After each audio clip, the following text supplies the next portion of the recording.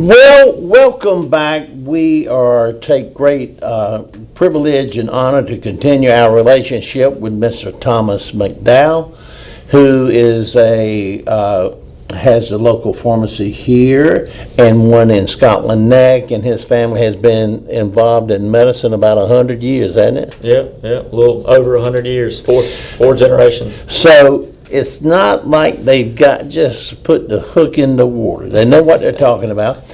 And Thomas, I'm just going to ask you, this is not his topic, but going around, you see a lot of runny eyes and runny nose and things. Tell us what seems to be attacking our area right now. Yeah.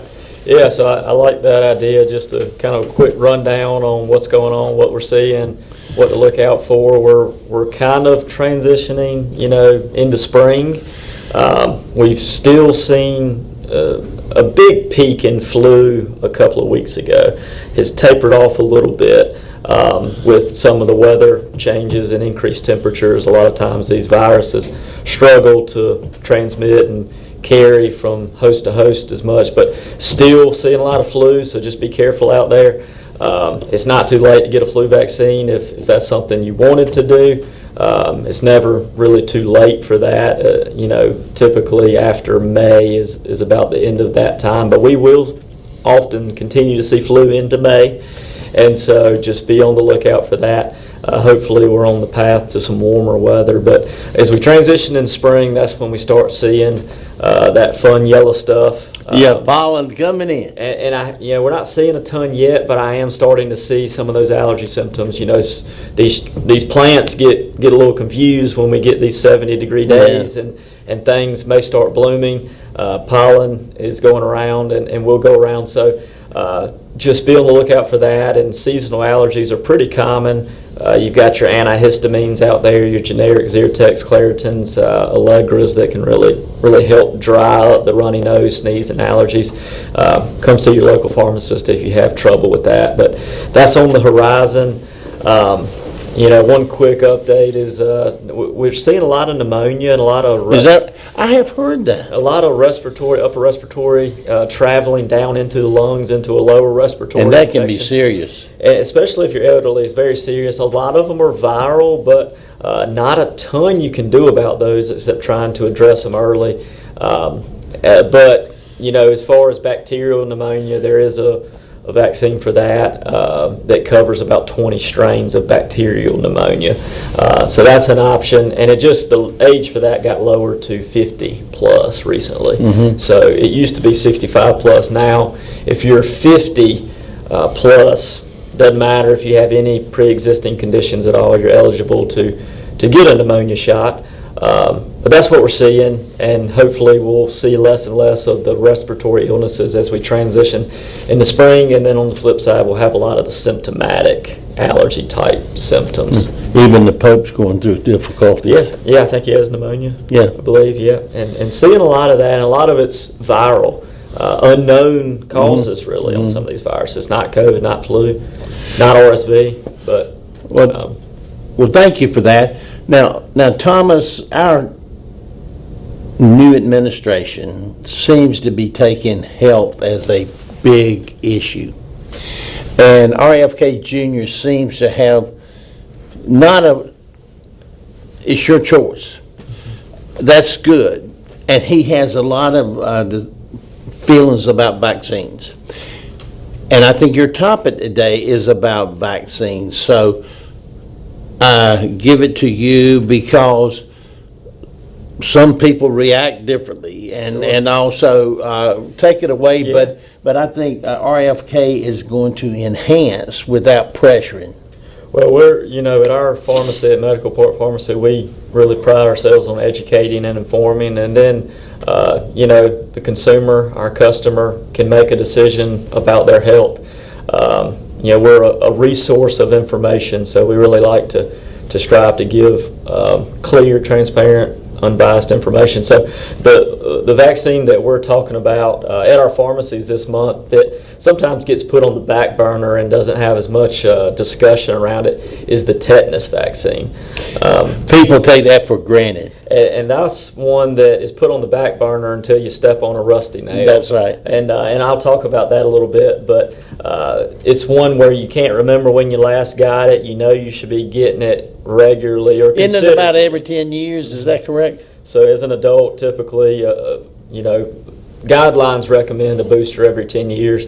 And that's, the immunity wanes off, but it protects. Just a little background on it so you can understand what, if you do want that shot, what you're getting into. The Tdap specific vaccine is what we're going to talk about, and it helps to provide some immunity against 3 bacterial infections. Tetanus, which is what causes lockjaw, which is kind of a scary thought, fairly rare to actually get that infection. But if you do, it's very dangerous if you do. Lockjaw, very painful muscle stiffening, and it affects the nervous system, can even cause death. And then there's diphtheria, and that's for the D in Tdap, so the T for tetanus, D for diphtheria. That is another bacterial infection that causes a thick coating in the throat and can lead to difficulty breathing, heart failure, and even rarely death. But and then the last, a lot of difficulties though. Yeah, they're pretty serious if you get them. Fairly rare to get them, but pretty serious. One, the piece that's probably the most common. I don't have the data on it off the top of my head, but that people are probably most familiar with after the tetanus piece is pertussis, which is whooping cough.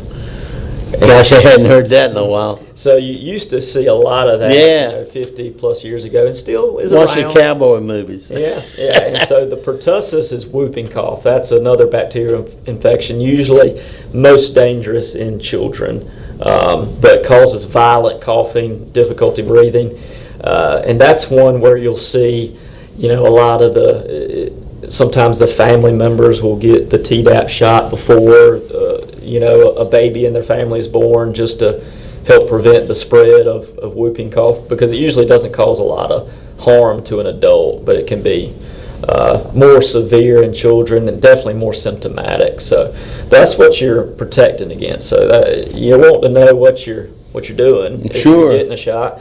The Tdap vaccine's approved for 7 and up, but then as an adult, like we talked about, typically every 10 years is when you don't have. It's better be safe than sorry. Yeah, if you wanted to get a booster. Because I bet you can ask 100 people, and less than 5 can tell you when they had their last shot. Yeah, and we can look up on, there's a North Carolina vaccine registry that we can actually look and see what you've had and what you're eligible for. How about that? So that's a way where we can just we get a lot of patients say, what do I need? What should I get? And we're like, well, here's what I didn't know that. Get. That's good. And it's not always up to date. Sometimes doctors maybe haven't updated it. Pharmacies are typically going to update it.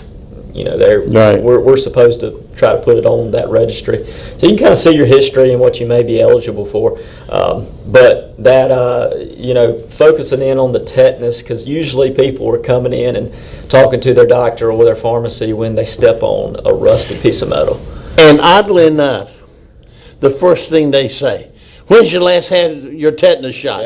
And so that seems like an involuntary response. Yeah, that's going to be the first thing, because usually otherwise it's not that big a deal. You don't even hear it. Clean the wound and be done with it. But so the reason there is not the rust doesn't cause the infection.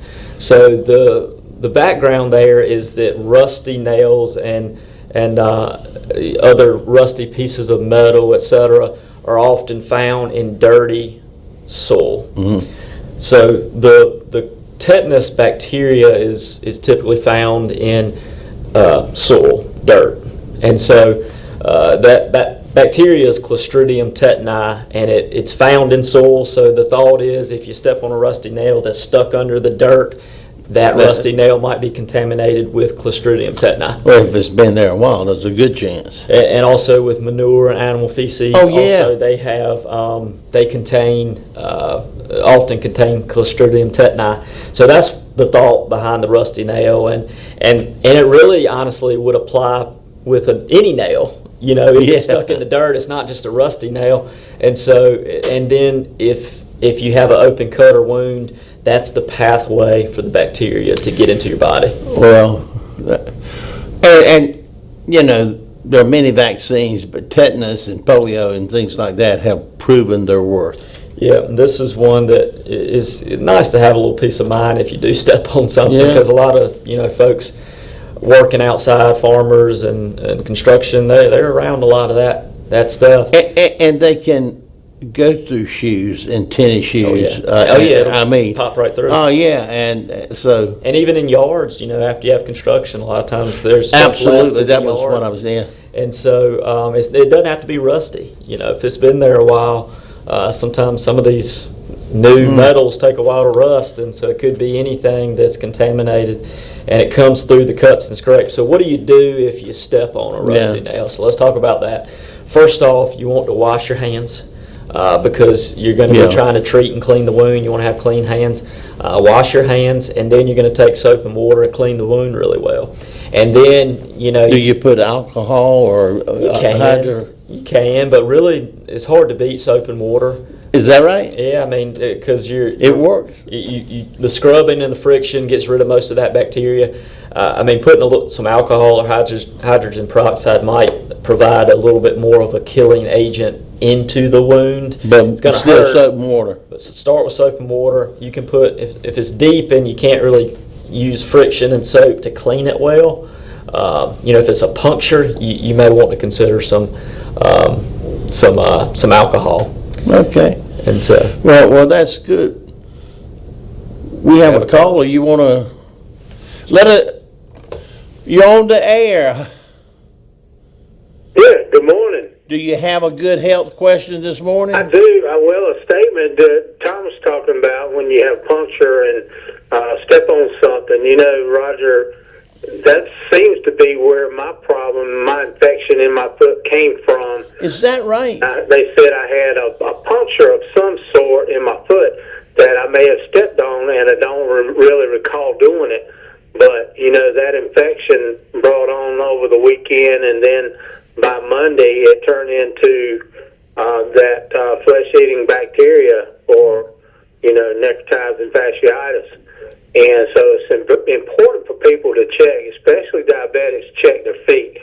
Checking the bottom of the feet, checking and making sure they don't have any wounds or any open wounds, because that's what mine supposedly came from. And then it started spreading up my leg, and then by Thursday had to have amputation. So, it's important, especially for tetanus, but it's also important for this dreaded necrotizing fasciitis. Well, we appreciate that input because that just ties in what we're saying. Thank you, Phil. And I understand you were on yesterday. I was on yesterday. I had a good time with Liam. Sure did. All right. Have a great day. All right. Enjoy your show. thank you, Philip.